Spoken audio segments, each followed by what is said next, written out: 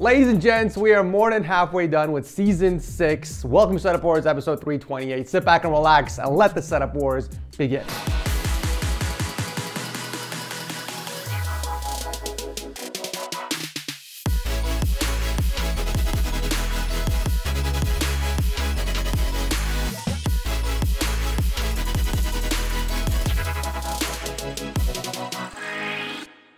Is your Riz at an all-time low?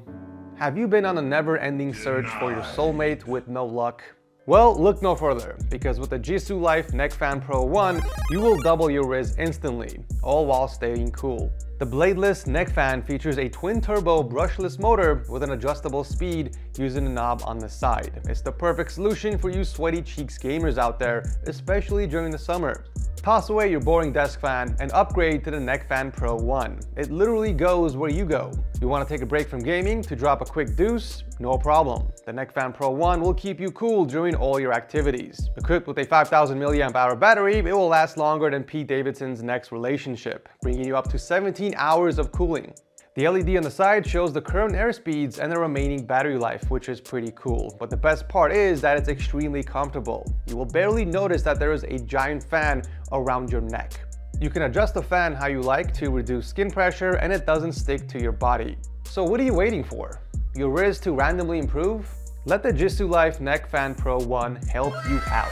Click the link in the description section below to pick one up, and just for my subscribers who don't have any Riz, you guys can get 20% off the neck fan by using the code JISOO20PRO.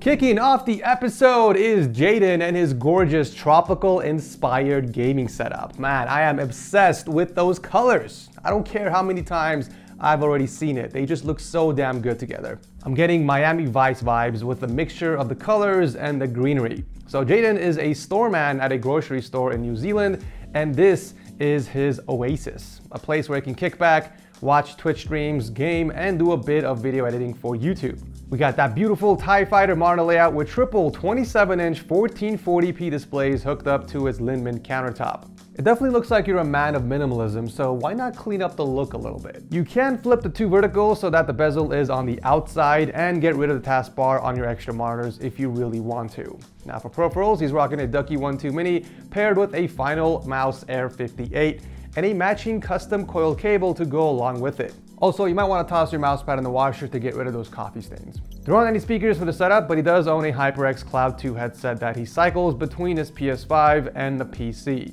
I didn't have any complaints when it comes to the cable management. The wires under the desk are nicely organized with some clips, and all the wires behind the monitors are grouped up nicely together and routed towards the custom PC inside the InWin 303. We got the Ryzen 7 3700X paired with an Asus TUF RTX 3080. All in all, nicely put together, and not just the setup, but your whole room is a vibe. Thanks for sharing this with us.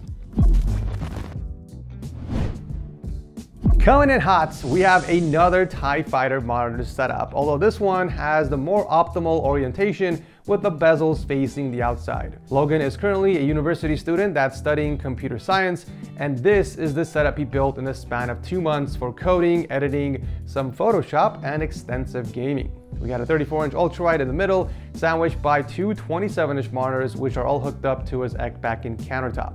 In fact, he's added a second one to form a corner desk and create an extra space for a secondary workstation. For peripherals, he's rocking a Razer Black Widow X Chroma with a Basilisk mouse and a used and abused mousepad. What is it with TIE Fighter monitors and dirty mousepads? Is there a correlation between the two? He too does not have any speakers, just a pair of Astro A50s and a Blue Yeti Silver that he keeps tucked away behind the monitors when it's not in use. Very nice. Cables are under control, it looks like, and powering everything is a beast custom water-cooled build inside the O11 Dynamic XL, and it's packing some serious heat, or lack thereof. We got a Ryzen 7 5800X paired with an RX 6900 XT. Damn. Overall though, the setup does seem a bit on the cold side, considering there isn't much there to express your personality and give it a distinguished look, but you definitely have a solid foundation to build upon. Thank you, Logan Paul, for sharing this with us. I might as well call this episode the TIE Fighter Edition. Keeping up the theme, we have Luke's battle station that was built in the span of 2.5 years. He's currently going to school, aspiring to become a programmer, so the setup is used for a bit of programming and gaming on his spare time. The star of the show is of course the 34-inch ultra-wide that's sandwiched by two 24-inch vertical monitors, all of which are mounted to the desk. This setup also doesn't have any speakers and relies on the DT770 Pros, which are the daily drivers, but switches over to the PDP level 40s when he needs to use the mic for gaming. The small and compact pegboard was a good choice in keeping some of his gear organized, and there's even a bit of decor on the wall to fill up the empty space above the monitors. Moving on to peripherals, we are keeping it simple with a wireless keyboard and mouse, and the cables underneath the desk are nicely managed, no complaints. One smart move from Luke was adding those wireless lights to allow for quick lighting when he needs to access the cables underneath the desk. That was big brain moves. And finally, powering the setup is Luke's first ever custom PC build. Welcome to the PC Master Race, by the way.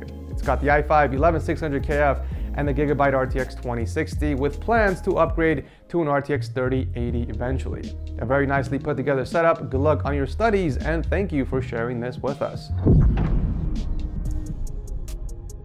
Finally, taking a break from all the TIE Fighter monitors, we have a pretty epic smart gaming room from Luke. Everything here is controlled with voice assistant. So he's a real estate photographer from the Netherlands who took 2 weeks to completely transform one of his bedrooms into a gamer's paradise. We got the console set up on one side and a massive L-shaped desk that he uses for studying on one and gaming on the other. The setup itself isn't really anything exciting. We got a 34-inch ultra-wide as a primary and a 27-inch in vertical mode for multitasking, and then we got some audio gear spread across the desk. It doesn't seem like there was much care put into the setup, if I'm being honest. The cables are a complete mess and not much effort was put into organizing the surface. At first glance, it's pretty evident that he's a console gamer, judging by all the collectibles and the collection of old consoles he owns. In fact, he doesn't even game as much in this room. He's mostly in his living room playing on his PS5, according to notes, which really hurts my soul. Can you imagine sinking this kind of money into a gaming room, only to stay in your living room and play on your PS5? I just feel like it's a waste of a perfectly good room. It's more of a dormant museum than anything. But you know what? I kind of understand, because some things just can't beat kicking back on a comfy couch and gaming on a TV. Now, if I was a hardcore console gamer and this was my room, I would have gotten rid of the corner desk and gone with a single tabletop instead. I would have then put that against the window with your PC setup and used the extra setup in front of your TV for a nice two-person couch. That way you still get the whole living room vibe, but in the privacy of your gaming room. Wrapping up the episode is a pretty decked out super ultra wide setup. You know, we haven't seen one of these in a while actually. This is also one of the first times in a while on Setup Wars history where the contestant has a pretty cool occupation. Marcelo is a robot technician at BMW, which is pretty wild for being only 20 years old. He currently uses the setup for gaming and productivity, and he does it all on his Odyssey G9 Super Ultra Wide that's hooked up to a custom-made butcher block. For peripherals, he's got a Ducky One 2 SF paired with a Model O wired mouse and a drawing tablet. Moving on to audio, Marcelo's is rocking a pair of Akai RMP 500 speakers, which he painted in white to match the setup's color scheme, and it looks like the speaker stands are also custom made. It's very easy to do, by the way. You just buy some wood and you cut it down to your preferred size, and then you attach these capital legs to it. Or you can just do what I did with my last setup and buy the IKEA lag shelves instead.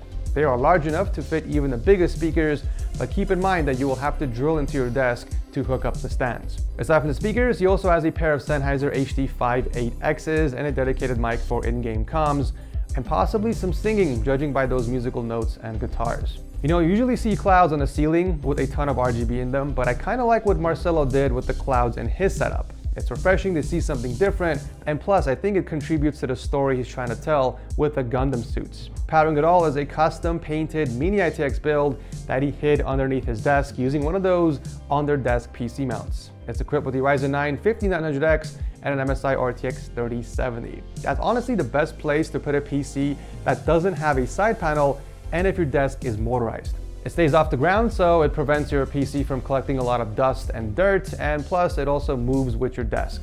The cables look to be organized very nicely with the help of some racks and extra points on those pencil drawers. I see you. This was a very refreshing submission, I gotta say. I love the extra effort that you put into the custom work and the awesome paint job. It definitely seems like you're dedicated to the Japan theme. Thanks for sharing this awesome battle station with us. As always, let me know in the comment section down below which of these setups was your absolute favorite. If you guys are still enjoying season 6 of Setup Wars, let me know by tossing a like before you head out and drop a deuce. Thank you so much for watching. I love you cheeks, and I'll see you very soon in the next one.